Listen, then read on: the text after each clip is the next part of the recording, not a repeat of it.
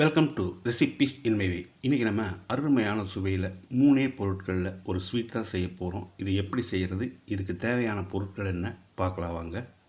பவுலில் 2 கப் மைதா,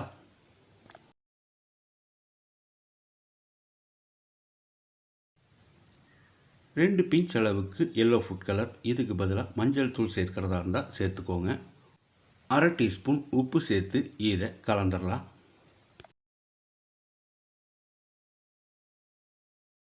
இப்போ இதில் கொஞ்சம் கொஞ்சமாக தண்ணி சேர்த்து நல்லா கெட்டியாக பிசையணும். எந்த அளவுக்கு கெட்டியாக பிசைய முடியுமோ அந்த அளவுக்கு பிசைஞ்சுக்கோங்க. இந்த மாதிரி பதத்தில் இருக்கணும்.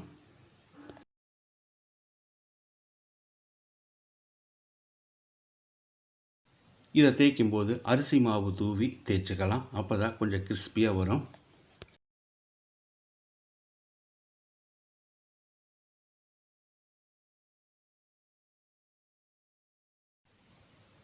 பூரிக்கட்டையில் ஒட்டுற மாதிரி இருந்ததுன்னா கொஞ்சம் கொஞ்சமாக மாவு தூவி தேய்ச்சிக்கோங்க.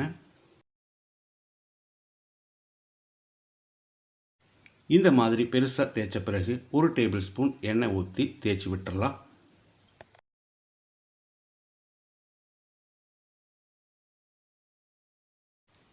எண்ணெய் ஊற்றி தேய்ச்சி விட்ட பிறகு 1 டேபிள் ஸ்பூன் அளவுக்கு அரிசி மாவு தூவி தடவி விட்டுடலாம். இப்போ இதை இந்த மாதிரி சுருட்டிக்கோங்க. ரொம்ப டைட்டாகவும் சுருட்டக்கூடாது, அதே சமயம் லூஸாகவும் சுருட்டக்கூடாது.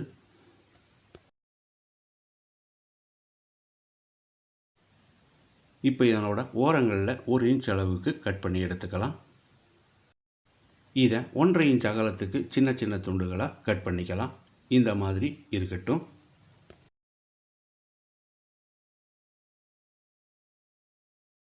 இது எல்லாத்தையும் நான் கட் பண்ணி எடுத்து வச்சுருக்கேன். மறுபடியும் கொஞ்சமாக அரிசி மாவு தூவிக்கலாம். அது மேலே நம்ம கட் பண்ணி வச்ச சின்ன துண்டுகளை இந்த மாதிரி வைக்கணும். இதை ஒரு 4 இன்ச் நீளத்துக்கு தேய்ச்சிக்கலாம்.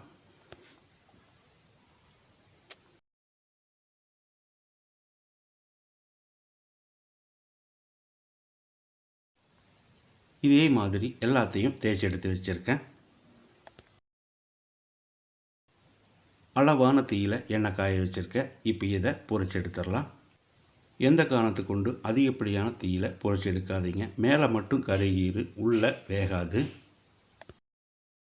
ஒரு 30 செகண்டில் அதுவாக மேலே வந்துடும்.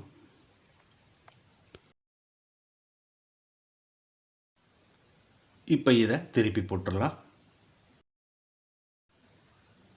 பார்த்தாலே தெரியும், லேயர் லேயராக பிரிஞ்சு வந்திருக்கு. இது இன்னொரு நிமிஷம் வேகட்டும். இது கிறிஸ்பியாக வேகிறதுக்கு ஒரு 2 நிமிஷம் பிடிக்கும். இப்போ இதை எடுத்துடலாம்.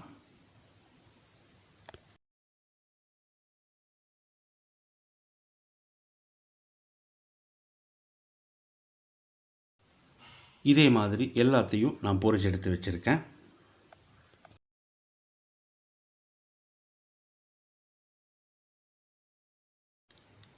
இது எந்த அளவுக்கு கிறிஸ்பியாக இருக்குதுன்னு பாருங்கள்.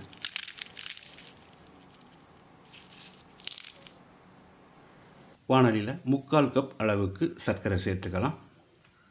1/4 கப் அளவுக்கு தண்ணி ஊற்றி கொதிக்க விட்டுறலாம்.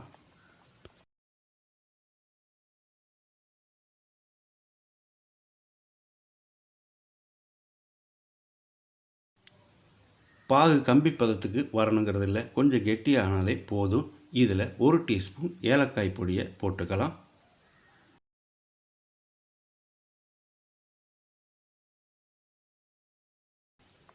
இந்த அளவுக்கு போதும். இப்போ ஸ்டவ்வில் தீயை குறைச்சி வச்சுட்டு நம்ம பொரிச்சு வச்சுருந்த மடக்கை போட்டுடலாம்.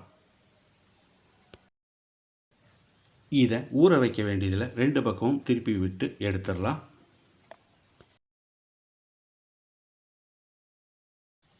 இதே மாதிரி மீதி இருக்கிறதையும் போட்டு எடுத்துக்கலாம். முன்னெல்லாம் முக்கால்வாசி பேக்கரியில் இந்த மடக்கு ஸ்வீட்டை வச்சுருப்பாங்க. இப்போ இருக்கிறதில்ல. அருமையான சுவையில் நான் செஞ்சுருக்கிற இந்த மடக்கு ஸ்வீட்டை இதே மாதிரி இதே அளவுகளோடு நீங்கள் செய்து பாருங்கள். இந்த வீடியோ பிடிச்சிருந்தால் லைக் பண்ணுங்கள், கமெண்ட் பண்ணுங்கள், ஷேர் பண்ணுங்கள். சப்ஸ்கிரைப் பண்ணாதவங்க சப்ஸ்கிரைப் பண்ணுங்கள். மறக்காமல் பெல் பட்டனை கிளிக் பண்ணுங்கள்.